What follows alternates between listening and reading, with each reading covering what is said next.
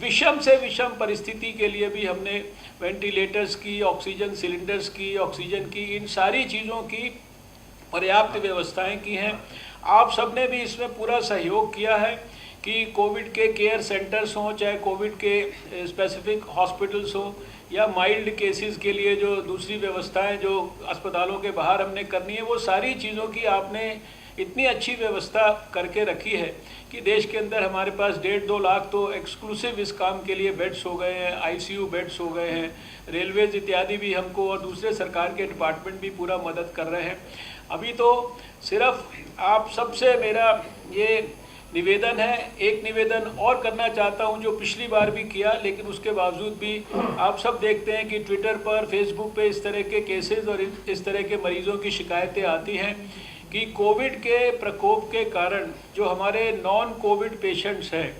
जैसे कोई किसी का डायलिसिस होना है, किसी को कोई हार्ट अटैक हो गया है, या किसी के कोई दूसरे इस तरह के संदर्भ है जिसमें कि इमरजेंसी में उनका ट्रीटमेंट होना अति आवश्यक है,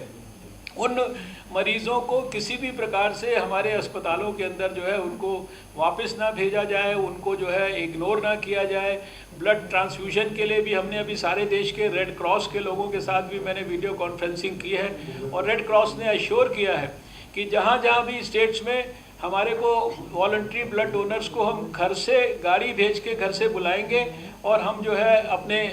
ब्लड डोनेशन अपने बैंक में करेंगे, या अपना जो एम्बुलेंस है और अपनी जो वैन है उसको उनके घर के पास भेजकर वहीं पर उनका डोनेशन कराएंगे। इस प्रकार का उन्होंने आश्वासन दिया है, इस दिशा के अंदर भी उन्होंने काम करना शुरू किया है। और अंत में एक बात के लिए और आपको मैं आगाह करना चाहता हूं कि कोविड की देखभाल करते करते ध्यान रखिए कि और दूसरी जो इस समय बीमारियां हैं, जैसे डेंगू वगैरह के केसेस आने शुरू हो गए हैं, हमारा जो टीबी का प्रोग्राम है वो कहीं पर इग्नोर नहीं होना चाहिए, इम्यूनाइजेशन इत्यादि जो हमारे मलेरिया और दूसरी जो इम्पॉर्टेंट जो प्रोग्राम्स हैं उनके ऊपर भी आप निश्चित रूप से निगाह रखें, क्योंकि कोविड को देखते देखते कहीं हमारे दूसरे प्रोग्राम इस लेवल पर इग्नोर ना हो जाएं कि वो भी हमारे लिए इस क्राइसिस में एक बड़ी समस्या बन जाए। तो मैं समझता हूं कि आप सब लोग मिलकर जो है काफ़ी इसके लिए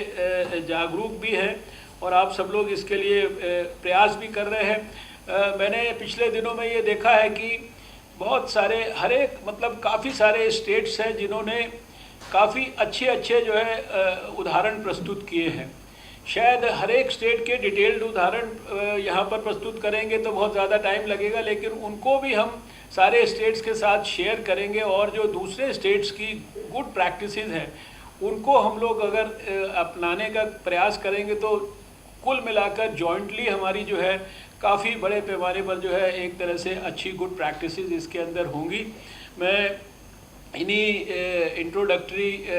रिमार्क्स के साथ ब्रॉड जो बातें हमारे को अभी लगा कि आज हम आपके साथ ज़रूर शेयर करें, और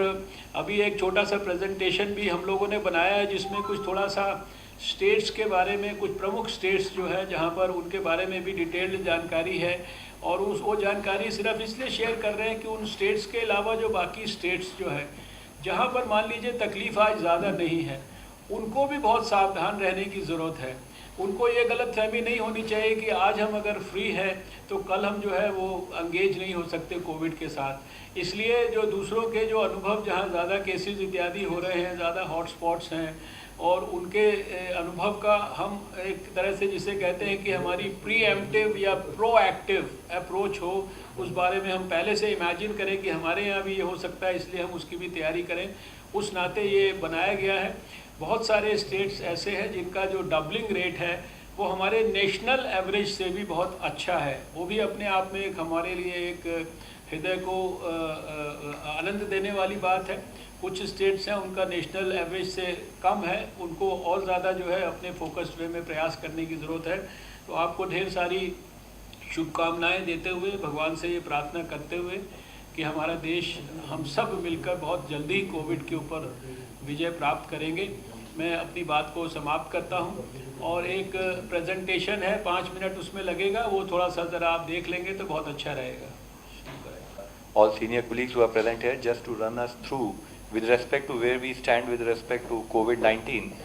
So मैं आप लोगों की दृष्टि 23,077 केसेस कंट्री में रिपोर्ट हुए हैं।